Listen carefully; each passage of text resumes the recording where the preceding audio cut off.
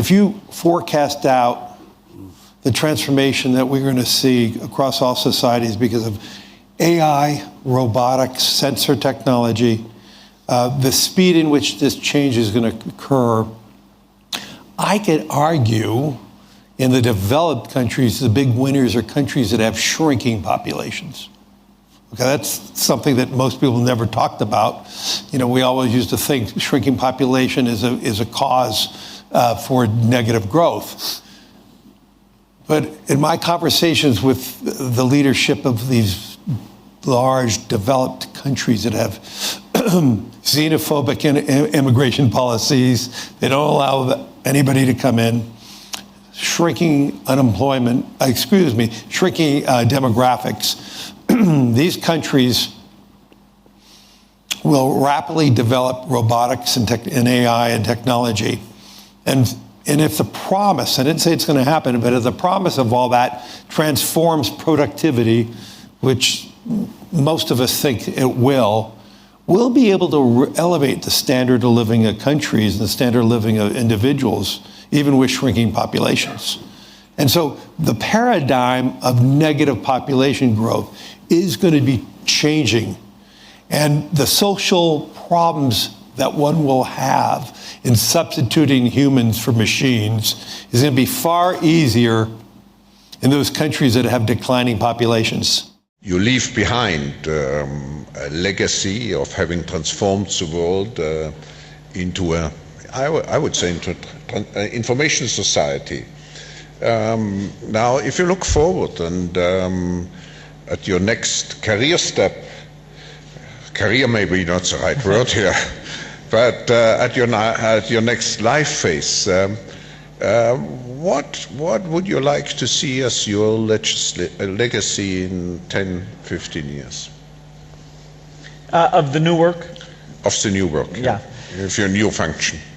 Well, I set very ambitious goals because I'm quite optimistic. If you look at, say, the 20 diseases that our global health program goes after, I'd hope that within 15 years, over half of those, we could have had a very dramatic impact.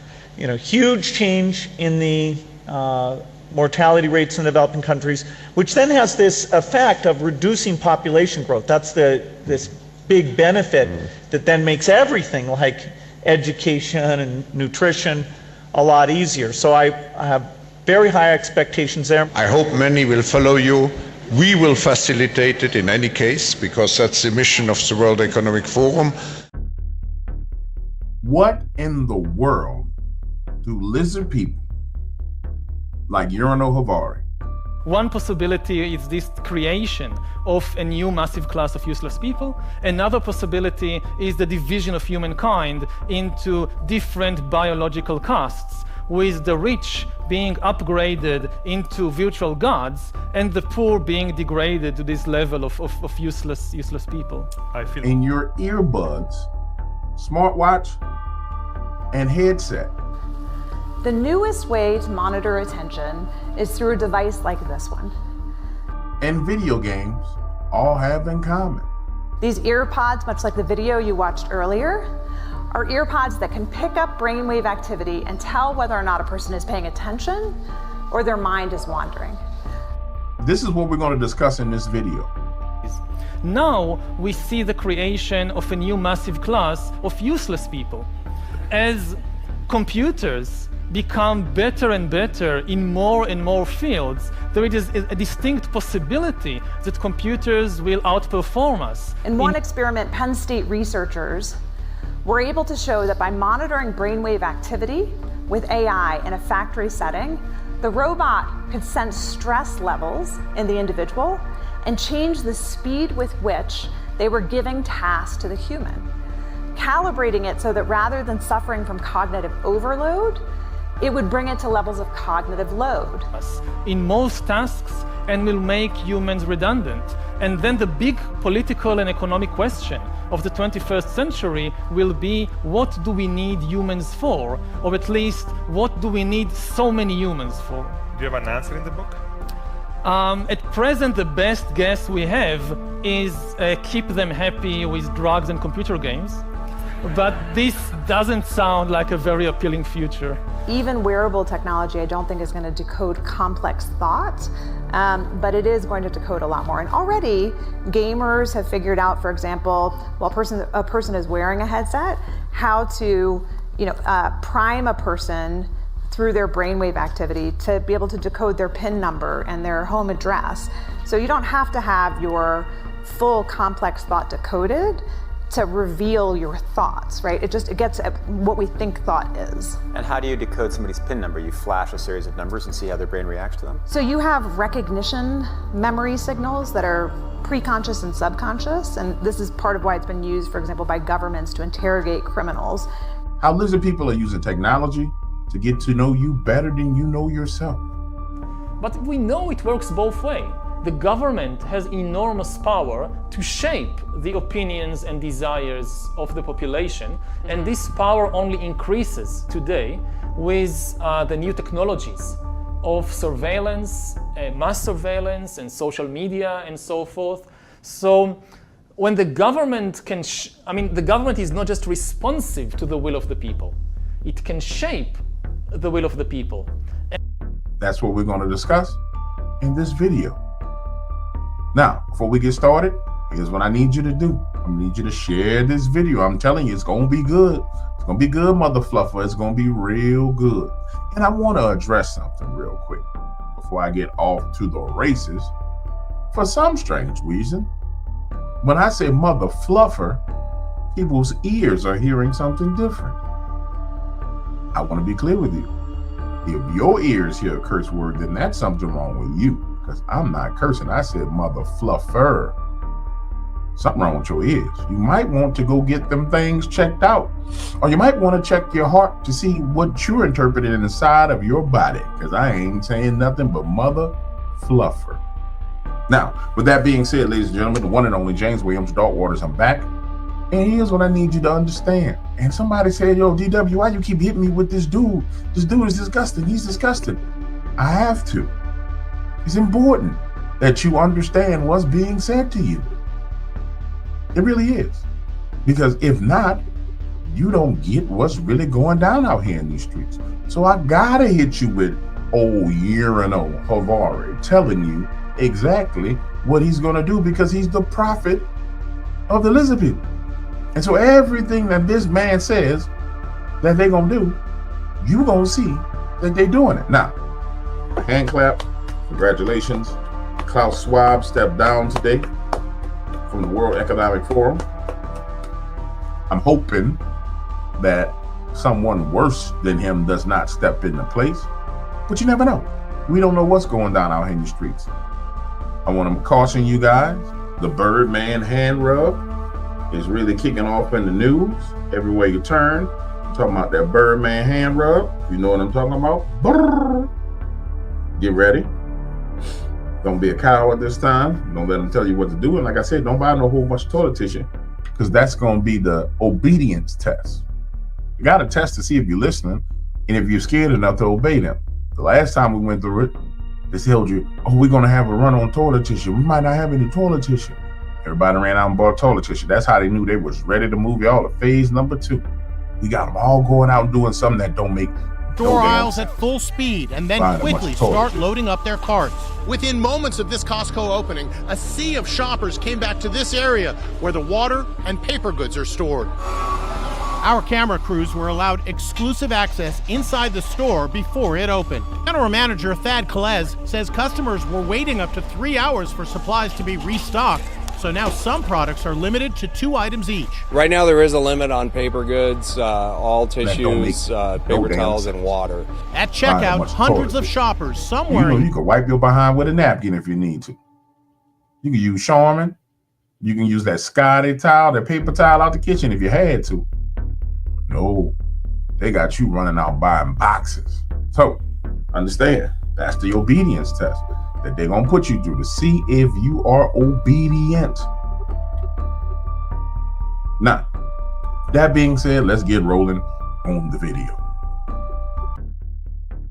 So the ambassador is hoping now that you can hear him 100,000% better, because his microphone was a little bit too airy before. Listen, Now, let's get down to business. Here's what I need you to understand. As the ambassador, the one and only Stank-O-Nin ambassador, also known as Dog Waters, government name James Williams, I be looking into things. But I be listening to what the lizards say, then I go look to see if they can do what they gonna say they gonna do. Because the way I see it is this way. If somebody tell you, hey, bruh, I got an AK-47, I got a chopper, and I'm going to my car and I'm coming right back. Now, you got two choices. You could try and run, but you ain't gonna outrun them bullets.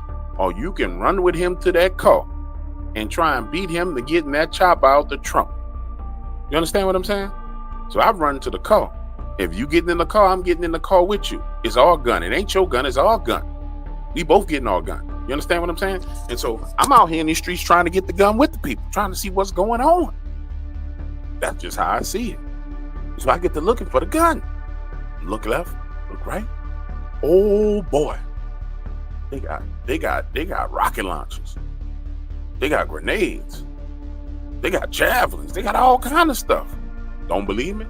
Don't believe me? Watch this. Now, everybody and their mama got smart devices. You got your smart watch. You got your earbuds that you put in. That's wireless Bluetooth earbuds. And I'm sitting there saying to myself, self, why in the world do I need some earbuds that ain't got no wire to them? You know what I'm saying? Like, why I need the wireless earbuds? Then I get to looking. Remember, Yuval Harari said, with all the smart technology and the AI technology and the surveillance techniques they have, basically, they're going to be gods. And so I'm sitting there saying to myself, I say, so, we know God. That's my big homie. What can God do? And why they won't be like God? So I'm thinking, they want to go all the way down to your thoughts. They want to know what you're thinking, not what you're saying. Because you can keep your mouth closed and don't say nothing.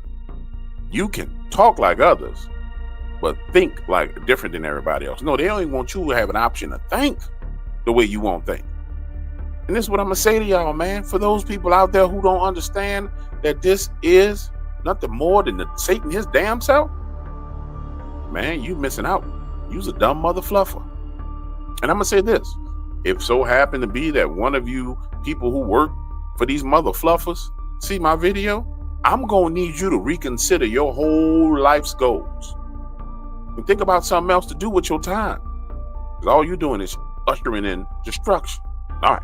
So here we go. Watch this. Watch this. Watch this. Watch this. Watch this. Precognitive crime. Like the movie Minority Report. First of all, thank you guys for bringing to my attention the name of the movie. Couldn't remember the name of the movie. I knew there was a movie and we were talking about it, but here it is. Government has subpoenaed employees' brainwave data from the past year. They have compelling evidence that one of your coworkers has committed massive wire fraud. Now they're looking for his You done stole some money, in other words. Co-conspirators. You discover they are looking for synchronized brain activity between your coworker and the people he has been working with. While you know you're innocent of any crime, you've been secretly working with him on a new startup venture. Shaking, you remove your earbuds.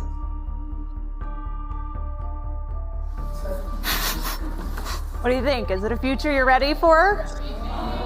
No, Trick. It ain't the future I want. So get out my head. That's how the conference started. Now, if you will notice, over here on the right-hand side, consistently, it's that group of people on the right-hand side, this group of lizards, that are always at the middle of this. They're at the heart of it. Right there. See that logo? It start with a W, got an E, got an F, right? And then it says committed to improving the state of the world. All right, you see them, right?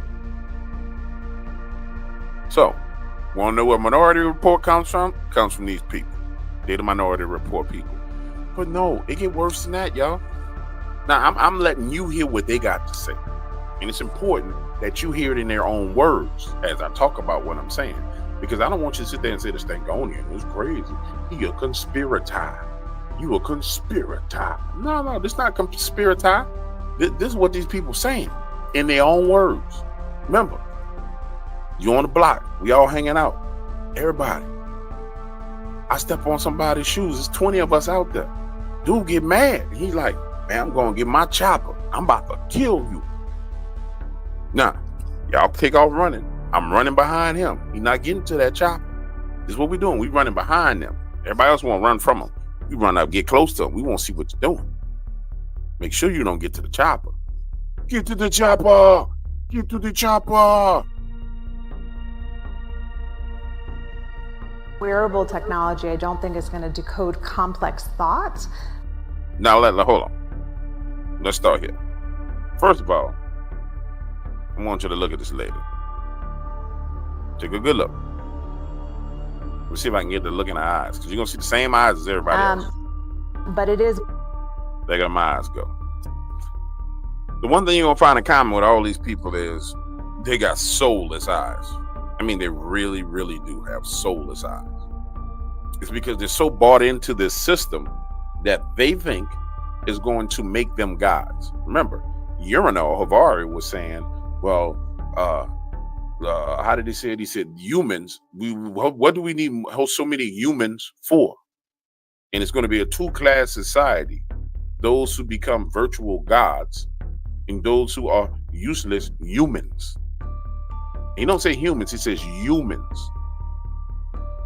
And every word that come out of the man's mouth, he slithers those words out of his mouth with his forked tongue behind. But I want you to observe these people. And then if you don't believe this thing, go on Ambassador Watch. When you get through watching this video, if somebody in the house with you, what I want you to do is just walk into the other room. If your husband in the other room, walk in the other room, look in your husband's eyes. If your wife in the other room, walk in the room, look in your wife's eyes. If you're listening to this in your earbuds or your headset or whatever, and you're in the store, just slow down for a second, look to your left and look to your right, and you're going to see light in people's eyes. You'll see the light of God in people's eyes. And when you look in these people's eyes, you're going to see death. Matter of fact, let me make it bigger so you can see that old death in them eyes. Nothing there. She kind of look a little lizardy, to be honest with you, but I ain't seen her eyes like change. Y'all watch and see if her eyes change color while she talk. All right, let's get back to it. Even wearable technology, I don't think is going to decode complex thoughts, but it is going to decode a lot more. And already, gamers have figured out, for example, while a person is wearing a headset, how to, prime a person through their brainwave activity to be able to decode their PIN number and their home address. So you don't have to have your full complex thought decoded to reveal your thoughts, right? It gets at what we think thought is. And how? Now, I'm going to tell you something. From the Stinkonian ambassador to you, thoughts are our connection to God, our creator. That's what it is. It's your connection to the creator. Point blank, period. And they said they will be virtual gods. Now, here's what they know. See, they know there's a God. And they know they want to be like him, because the spirits and entities that work with them tell them, we was with God. We know how this operates. We know that he's connected to everybody's thoughts. So they sitting there saying, no, we're going to be him. So we into the thoughts of people. Now, if you recall, going back to one of the first videos, remember they had the guy on there that really looked like a chomo, and he had the suit on, he had those real crazy eyes, and they were talking about how they were interested in children and looking into the children. And they was like, we have to figure out how the mind works. Why do you think it's so important to figure out how your thoughts work? Because true control over you is getting control all the way down to your thoughts. If I can control how you think and the way you think and what you do, boy, I control you. And what's happening is the old forms of control don't work anymore. So, somebody getting on the evening news because of social media, that don't work. Nobody don't watch the evening news. Hell, I get more viewers on a live stream on a weekend than CNN Sunday morning news get, point blank, period. So that's dead. The media, the fifth estate, is dead. So they're sitting there saying, no, we're not going to be able to manipulate these useless eaters with this anymore. We got to come up with something better. But this time, we want to make sure they can't get away. We're going to make sure that you ain't got no choice. Yes, sir. That's what these mother fluffers want. They want you to have no choice. Go on, get back to talking. How do you decode somebody's PIN number? You flash a series of numbers and see how their brain reacts to them? So you have recognition memory signals that are preconscious and subconscious, and this is part of why it's been used, for example, by governments to interrogate criminals. This is why it's been used to interrogate criminals. Now, I really want to get the rest of her saying this, so hold on. I'll be back. I will be right back. Well, yeah, criminal, because she's a criminal. Where you went? You're going to be on my desktop, criminal. Well, yeah, girl. Where you went, Lizard girl? Lizard girl. Denver Airport. People in Costco. Here you go, Lizard girl. Hello, everybody. Bear with me. I'm Nicholas Thompson. I'm the CEO of the Atlantic. Shut up, Nicholas. While playing interface that what they're paying to the individual worker. We've all heard the whole idea that robots are coming for our jobs, that there will be no... Pause. Stop right here. Let me say this. Remember what Yura Havari was saying, right? How the humans will be useless, the useless humans, because computers will be able to do better than the humans. You don't just jump from 0 robots to all robots. So watch what she explains to you. If this is how they're going to do it. And I promise you, they're already doing it, but this is how they're going to do it to start off. Jobs left for humans. With generative AI, I think we have good reason to wonder how we're going to integrate that in ways that keep us relevant and challenged and important in the workplace. But there's a different pathway forward, which is a responsive workplace. One where humans and robots and AI work seamlessly together in order to optimize a better and healthier workplace. You humans gonna work with robots. Because, you know, all you humans, y'all can't do nothing on your own. We need a robot to tell us how to be more efficient. She gonna explain to you, watch what she tells. So the robot about to be your supervisor. But it's the most pervasive supervisor there is. Everybody's done had a bad boss at work, right? Come to work late, it's been raining, you 5 minutes late because it's storming outside. I'm talking about biblical storm. Noah's Ark is flowing down the street right now. You get to work 5 minutes late and your boss is like, you late. I'm like, yeah, mother fluff, I'm late. You don't see they got giraffes swimming outside? You don't see alligators swimming down Canal Street right now? What's wrong with you? I'm sorry. I had a flashback right there, man, from my engineering days. I'm sorry. Let's go. I apologize. In one experiment, Penn State researchers were able to show that by monitoring brainwave activity with AI in a factory setting, the robot could sense stress levels in the individual and change the speed with which they were giving tasks to the human, calibrating it so that... What in the hell could go wrong with that? I mean, what could go wrong with that? The robot sensing my stress level and then deciding how much work is going in the comments. Type what you think can go. I can think of a number of things that can go wrong with that. What if my mind just drifted off to what I was doing last night or what I'm doing tomorrow? You all up in my damn business, way up in my business, and I gotta agree to this? I don't think so. Rather than suffering from cognitive overload, it would bring it to levels of cognitive load. This idea of cognitive ergonomics is what I think is the future of the healthier workplace. A place that adapts to our abilities, slows down when we need to slow down, and helps us to reset so that we don't suffer from endless cycles of stress. In fact, Microsoft recently did a study on employees doing... Hold on, Mike. Let me say this. I don't know if y'all hearing what this lady's saying to you, but I want you to understand. All right, so just think of it from this perspective. All right. From a Christian perspective, I don't know what you believe. I believe in Jesus. I rose with the one and only Jesus, Yeshua HaMashiach himself. But watch this. So when I'm stressed, I'm aggravated, I'm tired, I'm supposed to turn to the Lord. For the word says, cast your cares and concerns upon the Lord. Right? So what you trying to tell me is, lizard lady, you want your computer, your little computer, you want your computer to be God. So your computer gonna manage my emotions and manage my stress. So I'm never in a state of stress because of a computer. That what you telling me? Hey, that's what I'm hearing.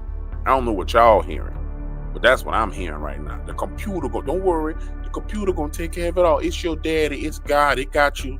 We're not gonna stress you out. Even though it's programmed by a human. It's programmed by humans like this. Lizard people and humans. In the pandemic.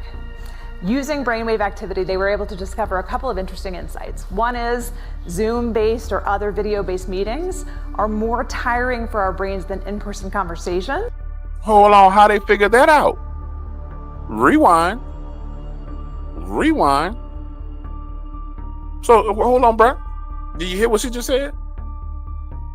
They found out during the whamdemic, because everybody got whammed across the head, ran up and bought a whole bunch of toilet paper.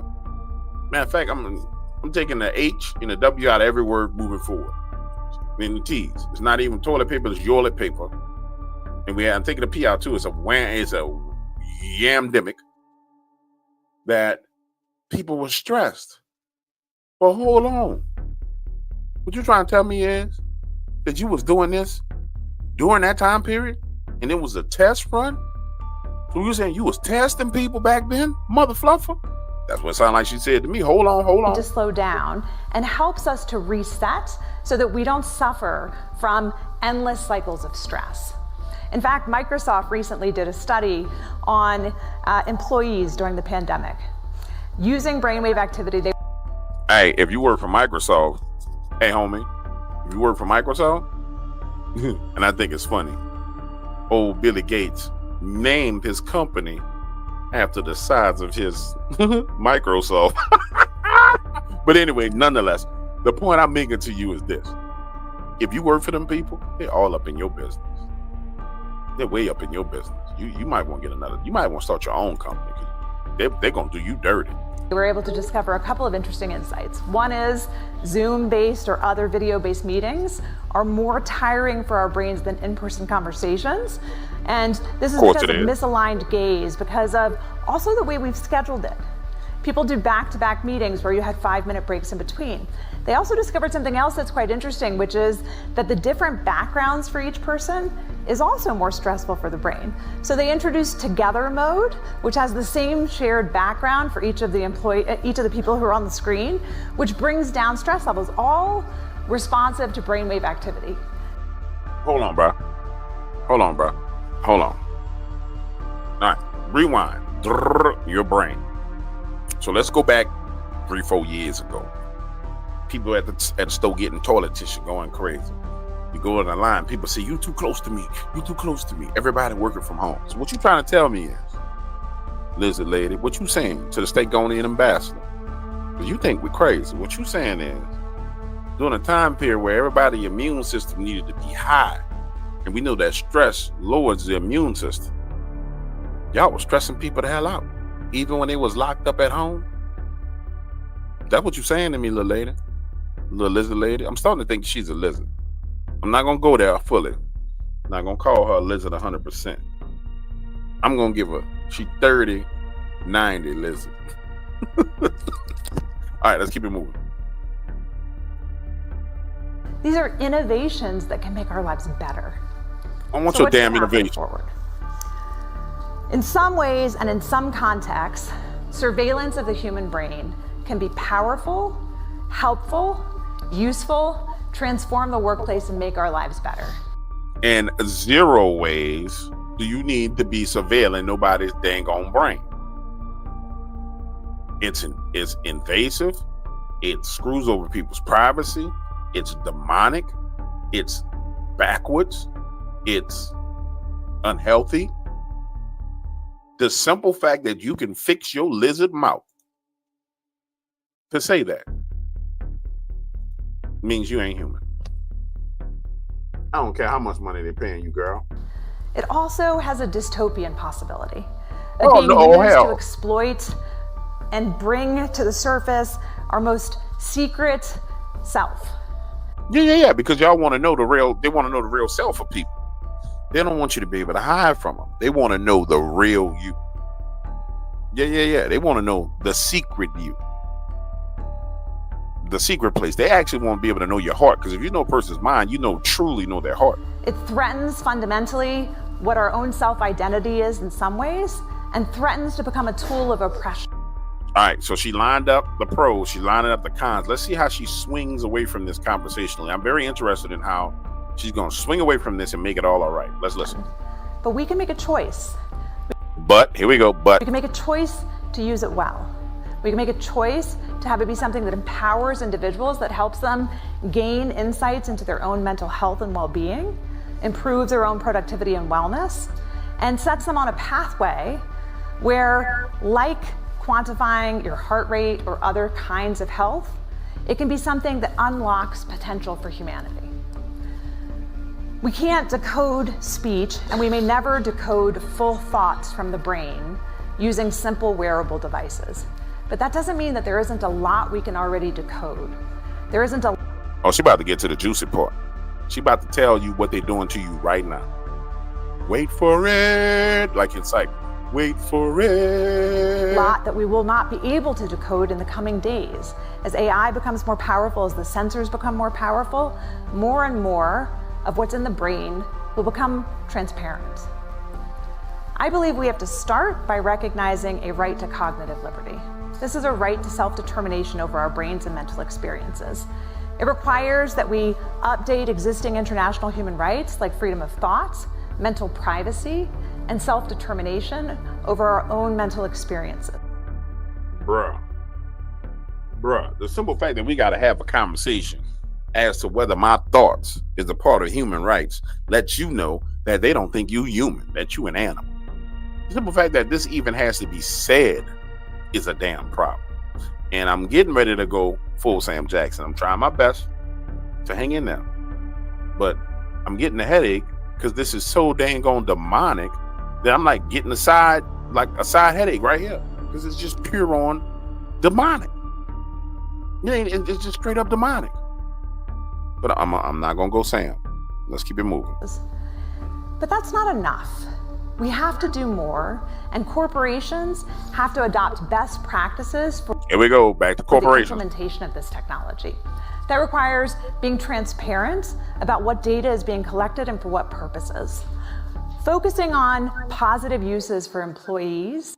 All right, Trick, I'm done with you with this. Let's get to the next section. Actually touching your skin, right? Like right now you have to make a choice to put on a headset or a hat or something in your ears. Is it possible that the WEF could have it in the ceiling? Nope, start over. I got to hear that question. She drunk like a lizard too. Then oppress us. I think that's a possibility we can still choose. I hope it's one that you'll join me in choosing. Wow.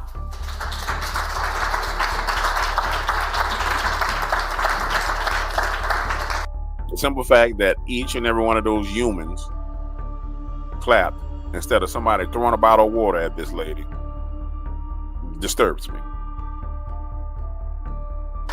I was monitoring all of your brainwaves and I could tell that you were all engaged, though most of you were scared out of your socks. Is there any possibility, one of the things that's interesting, is there any possibility that this technology could work while not actually touching your skin? Right? Like right now you have to make a choice to put on a headset or a hat or something in your ears. Is it possible that the WEF could have it in the ceiling? No. Not for brainwave technology, but it is possible to disrupt brainwaves remotely. Whoa, Nelly. Did she just say it's possible to disrupt brainwaves remotely? Whoa, Nelly. Let's get into this. So if you've heard of Havana syndrome is a belief that people have suffered from. The leading theory is that it's targeted microwave activity at brains to disrupt brainwave activity. There's no proof of it yet, but there's at least a couple dozen cases where there isn't a good explanation for why the individual suffered from disruption of mental abilities. And there's certainly a lot of investment in trying to figure out whether you could target the brain remotely. It's much more difficult to figure out how you could read the brain remotely. Let's get to that, because I think it's one of the most important and crucial questions about how this develops. And by the way, raise your hands. I'm just going to ask this question and then we'll move to the audience. You talked at the end. In the beginning, you said we won't be able to read complex thoughts. It seems as though we can understand emotions. There's some way you can recreate some images inside your head. Where does this, explain where we'll be in 1 year, where we'll be in 5 years, and where you would estimate would be in 10 years. She definitely a lizard. Y'all saw that eye movement? She's definitely a lizard. I can tell you where they're going to be in 10 years. They mapping the whole human brain and figure out how it works so they can put a brain in the dang on robot and call it human. And then they're going to say it has human rights because they have understanding and cognitive reasoning and emotions. It has rights. So therefore, you will be walking down the street and you will not be able to smack the piss out the robot that's right there on the street because the robot has rights. And that robot is going to be taking over your jobs. And just like Urinal Huvari said, they don't need as many humans. So in the process of doing that, they're going to be killing off you humans, which is what they're doing right now, in any way, shape, and form possible. And they will have their robots that can do the work for them. That's what this is. It's clear what it is at this point in time. I mean, it's really, really simple. These people are doing, I want to be clear with you, everything that Urinal Huvari said, they are doing. Everything that he said, they are doing. Point blank, period. No way around it. Everything he said, they're doing. And the complexity of thought and emotional understanding that you can have from sophisticated brainwave readers. So, I am a futurist. I'm not a perfect predictor of the future, but I'll give you my 1 year, 5 year, 10 year. So, focusing in the world of wearable technology as opposed to implanted technology. And I do believe that within many of our lifetimes, we'll see healthy people using implanted brain technology as well. Then we can decode complex thought. But wearable brain technology. That's already happening right now, thanks to Elon Musk. I think in 1 year, we will be largely where we are now, but with much better form factor technology. So many companies are launching these earbuds and headphones this year. So in 1 year, they'll reveal better technology because clearly they already have this. And I want to be clear with you. Just because they're talking about it don't mean that they're working on it. It means it's already done. We've established that when we started off and we was going through DARPA and all the rest of that in the earlier videos. Now, if you haven't watched any of the earlier videos, you should go back and watch them all from the very first lizard person video. And you will understand that I have weaved together seamlessly research on all this, and I refer you back to it instead of me extending the time talking about it more. But let us continue. Here that have sensors that are built in. One of the things that has limited the widespread adoption of the technology until now has been that you have to wear something like across your forehead. Most of us aren't going to do that. But when it's the same device that you're using to take calls from and also to listen to music from that also is picking up brainwave activity, it's integrated into your everyday life. Because of that, the decoding will largely be in the same place a year from now, but as healthy people in a widespread way start to have their brainwave data collected, the insights that we can gain through pattern recognition will exponentially increase and pretty quickly. So 5 years from now, what we can actually decode will be massively increased from where we are today, simply because we'll have a much greater data set from which we can actually create those correlations. Bro, these people really do believe we are animals. I mean, they really do believe we're animals. I mean, next thing, literally, think about it. If you're a farmer, anybody who's a farmer, you have cows, right? And you tag your cow with a GPS locator, and you tag your cow with a number on it so you can say it's your cow. I mean, literally what she's just saying is a high-tech tag that they're going to put on humans to be able to read their minds. And she just told you the technology is going to be in the earbuds, but it's going to be integrated. I'm willing to bet. In fact, I'm not going to just bet you. I'm going to go do it. The Stankonia ambassador is willing to bet 5 of his Creole Stankonian women that he was given by the aliens. I disclosed this to you guys already, that I was given 20 Creole women. That was when they were trying to corrupt me and take me over. And I accepted and I admitted it to y'all. I'm willing to bet 5 of my Creole women that if we go and we look at the earpods or AirPods, and we go look at the service agreement, run it through AI and see if it has anything to do with brainwaves, I guarantee you brainwaves are addressed in those agreements right now. And I'm going to do it tomorrow. Again. In fact, I'm going to do it tomorrow and I'm going to show you whether I'm right or wrong. That's frightening but promising, because think about most of neurological disease and suffering are those disruptions of brain activity, which we'll start to be able to pick up. 10 years from now, even wearable technology, I don't think is going to decode complex thoughts, but it is going to decode a lot more. And already, gamers have figured out, for example, while a person is wearing a headset, how to prime a person through their brainwave activity to be able to decode their PIN number and their home address. So you don't have to have your full complex. Stop, pause. This is for all you people who got your children running around with that VR headset on. Your children is running around with that headset on, not connected to society, not connected to reality. She talking about y'all. All y'all who got y'all children with that headset, y'all children with that headset. To understand, she talking to you now. Let's do this thing on in. She telling you what they're doing to you, children. Thought decoded to reveal your thoughts, right? It gets at what we think thought is. And how do you decode somebody's PIN number? You flash a series of numbers and see how their brain reacts to them? So you have recognition memory signals that are preconscious and subconscious, and this is part of why it's been used, for example, by governments to interrogate criminals. Do you recognize this potential co-conspirator? Do you recognize this murder weapon? Minority Report. Preconscious signals, like what we call the P300 wave or the N400 wave, these are before you even consciously process information, so you could prime it with a number and then see if a person recognizes it. And you can do it without them realizing that that's what you're doing. So will all of our passwords be cracked first by this or quantum computing? Hard to tell. All right. I think we're moving past passwords pretty quickly. And I saw a hand it's go actually up. really good for passwords. Neural signatures are unique. We can use it as a biometric for passwords. Oh, wonderful. Right here in the front. Oh, and by the way, we need to get you a microphone. There are folks watching, so hold on. There we go. He kind of look like a little lizard too. What I'm about to say is going to be, some people will say it's wrong.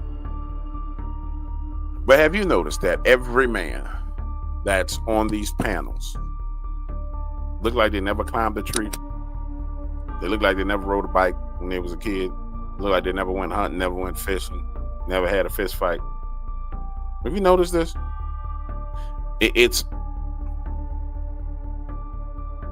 Frankly, they all look weak. They really do. And they don't ask any tough questions. They don't say, hey, what made you think that this was a good idea to even do this research?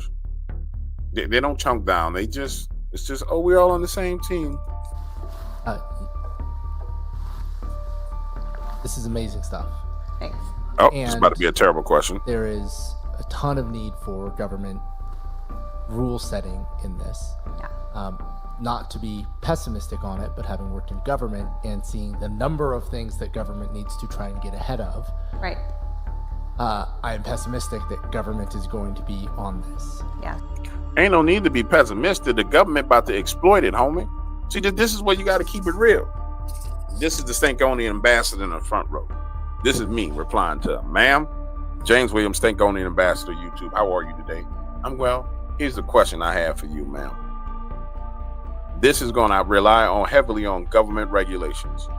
Our government in the United States is full of teenagers who can't pass bills. They don't even know what sex they are. They don't know what bathroom to use. What makes you think that people who don't know which bathroom to use should have access to these kind of tools as a government? That would be my question. You know, if you were at, for instance, the World Economic Forum, and you were speaking to leaders from across the globe right now, what would your advice be to them in terms of how to not F this up as this continues to go fast? Thank you. It's an important. I would tell them not to do it. I wouldn't even phrase that question like that. I wouldn't even phrase it like that. No, sir. No, sir. You just gave her an easy way out. I mean, you literally gave her an easy way out. So this is the problem with these mother fluffers. I mean, he looked like he might have climbed a tree. You know what I'm saying? He got a nice strong jawline, a little bit of receding hair. Look like he might have did something with his life. Let's hear our answer, then I'm out of here. Question. So first of all, I think it's almost impossible to keep up with any kind of regulation with the rate at which the technology is advancing.